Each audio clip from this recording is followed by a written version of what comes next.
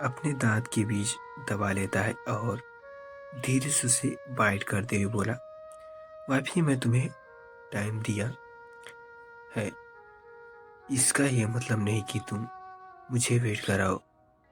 वह वन्या के गालों को पीछे से ही किस करते हुए बोला, अच्छी बीवी की तरह तुम भी ये एक्सेप्ट कर लो कि मुझसे प्यार करती हो। समझ में आई बात? वन्या अचित के पेट से खाते हुए उसकी तरफ देख कर बोली, ये तो वक्त ही बताएगा मिस्टर सिंघानिया।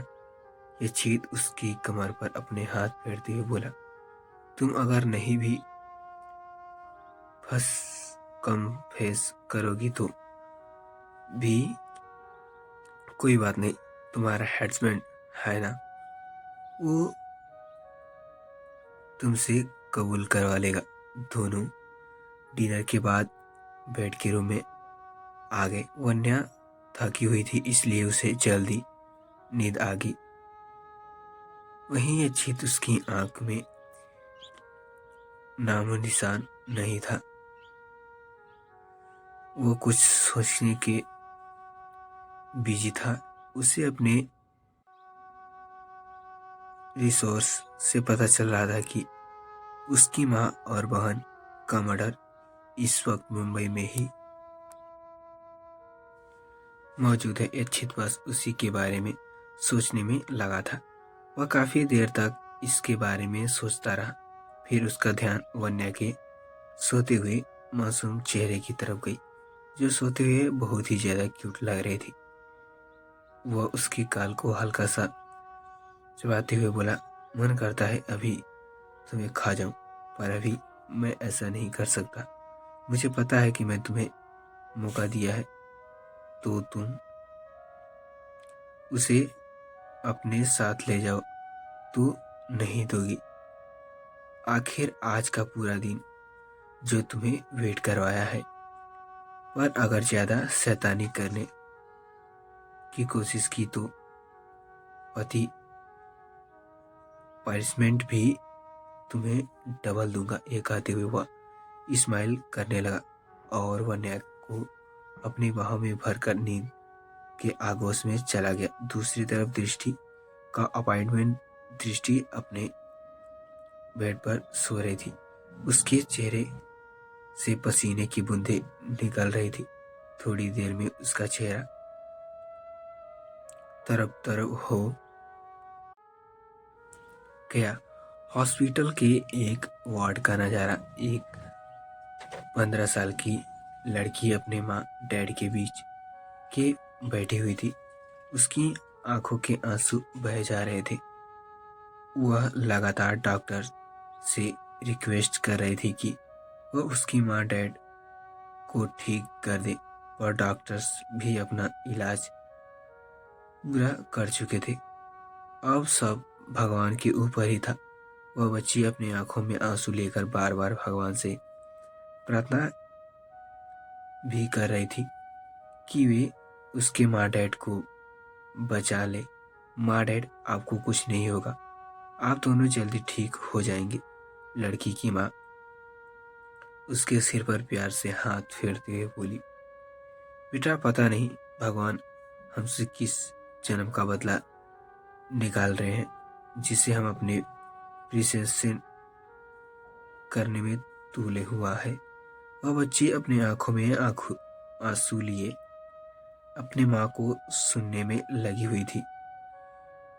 उसकी माँ उसके सिर पर हाथ फेरते हुए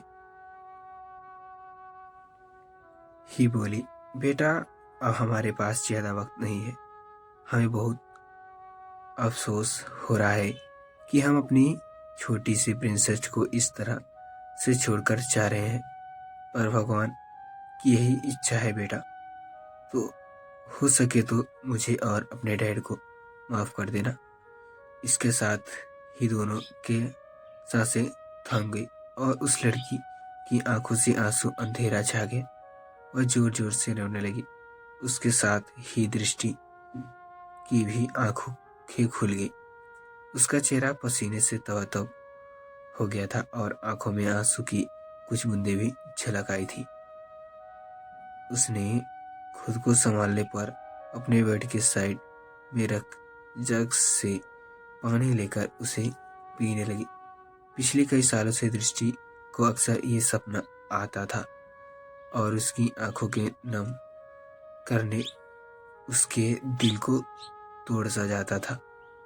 यह सपना उसकी जिंदगी की सच्चाई थी। उसके बारे में सिर्फ वह नहीं जानती थी। आज तक उसने किसी को भी अपने माँ डैड के बारे में नहीं बताया था। वह थोड़ी देर तक डैड बेड पर बैठने के बाद वापस से लेट गई और सोने की कोशिश करने लगी, पर उसकी आंखों में नींद कोसों दूर थी। वह चुपचाप सिंगल ही तरह एक टक देखने लगी। अगली सुबह दृष्टि सुबह जल्दी उठ गई। वो रोज ऑफिस जाती थी, इसलिए जल्दी उठना उसको हैबिट बन गया था। वो फ्रेश होकर अपने लिए ब्रेकफास्ट बनाने लगी, फिर जल्दी से ऑफिस के लिए रेडी हो गई। ब्रेकफास्ट के बाद वह अपना लंच बॉक्स लेकर ऑफिस के लिए निकल गई। राजवन इंडस्ट्रीज दृष्टि को अनेकों आने वाले अपार्टमेंट प्रोजेक्ट्स के बारे में असीब करना था, इसलिए वह उसके केबिन में गई, पर अने अपने केबिन में नहीं था, इसलिए वह सामने वाले चेयर पर बैठकर अपने हाथ में रखी फाइल को देखने लगी, पर उसका ध्यान फाइल में न होकर कहीं और ही था। वह कुछ सोचने में लगी हुई थी। तभी अने अपने केबिन में एंटर होता है तो उसकी नज़र अपने सामने बैठी हुई दृष्टि पर जाती है, जो बड़े ध्यान से फाइल को देख रही थी। वह अपने डेस्क की तरफ जाते हुए बोला, गुड मॉर्निंग मिस दृष्टि। पर दृष्टि को कोई होश ही नहीं था। वह तो अपने ही ख्यालों में गुम थी। उसके इतना ही एहसास नहीं हुआ था अने अपने केबिन में आ चुका है। दृष्टि को खोया हुआ देख अने उसकी तरफ देखते हुए एक बार फिर उसका नाम लेते हुए बोला, दृष्टि। पर भी उसका ध्यान नहीं टूटा। अने को समझ आ गया था कि दृष्टि कहाँ खोई हुई है, जो इतनी बार बुलाने पर भी बाहर नहीं निकल रही। वह अपने डेस्क से उठकर दृष्टि के पास गया और उसके कंधे पर हाथ रखते हुए बोला, दृष्टि। तब जाकर दृष्टि का ध्यान टूटा और वह होश में आई। वह हड़बड़ाते हुए बोली, सॉरी सर। मैं आने की ध्यान दृष्टि के फेस पर गई, जो कि आज का भी दिनों के मुकाबले मायूस था। वह दृष्टि की तरफ देखते हुए बोला, दृष्टि, एवरीथिंग इज ऑल राइट। कोई प्रॉब्लम है तो तुम मुझसे शेयर कर सकती हो। दृष्टि अपने तंग को ख्वाले में छुपाते हुए अपने फेस पर हल्का स्माइल लेकर बोली, नो सर, ऐसा कोई बात नहीं है। एक्चुअली मैं आपको इस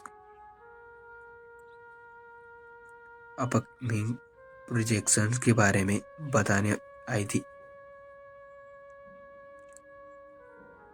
अने ने हाँ कहा और दृष्टि एक बार करने सार प्रोजेक्शन को एक्सेप्ट करती गई। दृष्टि इस सेल की बहुत शौक थी। वह हर प्रोजेक्ट को बड़ी आसानी से एक्सेप्ट कर देती थी, पर अनय समझ गया था कि दृष्टि जरूर किसी बात को लेकर परेशान है। अनय को समझाने के बाद और उसकी आज की शेड्यूल बनाने के बाद वह अपने केबिन में आ गई। वह अपने राउंड चेयर पर किसी सिर टिकाकर कुछ सोचने में लगी हुई थी। तभी उसके केबिन पर किसी ने नोट किया। दृष्टि ने अपना सिर टिकाया ही कहा, कम इन। यह सर था। दृष्टि ने सामने की तरफ देखा और समर को बैठने के लिए कहते हुए बोला, बताओ क्या काम था। दृष्टि के ऐसा कहने पर समर उस बिगड़ते हुए बोला, क्या दृष्टि, बिना काम किए क्या मैं तुम्हारे केबिन नहीं आ सकता? जब से तुम बॉस के पीए बनी हो हम सबको तो भूल ही गई। वो दृष्टि समर की तरफ देखते हुए बोली, नहीं सर समर, ऐसी कोई बात नहीं है। मैं बस समर एक नज़र दृष्टि को देखता है। उसका चेहरा आज उसे उतरा हुआ लग रहा था। वह अपने एक हाथ बढ़ाकर दृष्टि के हाथों पे रखते हुए बोला, दृष्टि आर यू ऑल राइट? दृष्टि ने हाँ कहा और अपना हाथ वापस से लिया। वह समर को इग्नोर करने ते हुए बोली, आई थिंक तुम्हें थोड़ी देर रेस्ट की जरूरत है। समर दृष्टि की तरफ देखते हुए बोला, श्योर। फिर वह उसकी केबिन से बाहर आ गया। अनय अपने केबिन से ही ये सब देख रहा था। उसका चेहरा गुस्से से लाल हो रहा था। उसने दृष्टि को पहले ही कह दिया था कि वह समर से दूर रहे, पर इसमें दृष्टि की भी कोई गलती नहीं थी। समर खुद ही उसके केबिन में आया था, तो कैसा होगा अनय का रिएक्शन जब दृष्टि उसके केबिन में आएगी। जाने के लिए बने रहिए हमारी इस कहानी में। तो फ्रेंड्स, मिलते हैं नेक्स्ट पार्ट में और आगे की कहानी मिलेगी हमारे इसी चैनल। तो फ्रेंड्स, आगे की कहानी जानने के लिए हमारे चैनल को सब्सक्राइब कर लें और बेल आइकन के ऑल पे प्रेस कर दें ताकि कोई वीडियो नोटिफिकेशन आपको सबसे पहले मिले। तो फ्रेंड्स, चलिए मिलते हैं नेक्स्ट पार्ट में। तब तक के लिए bye bye. Thank you so much.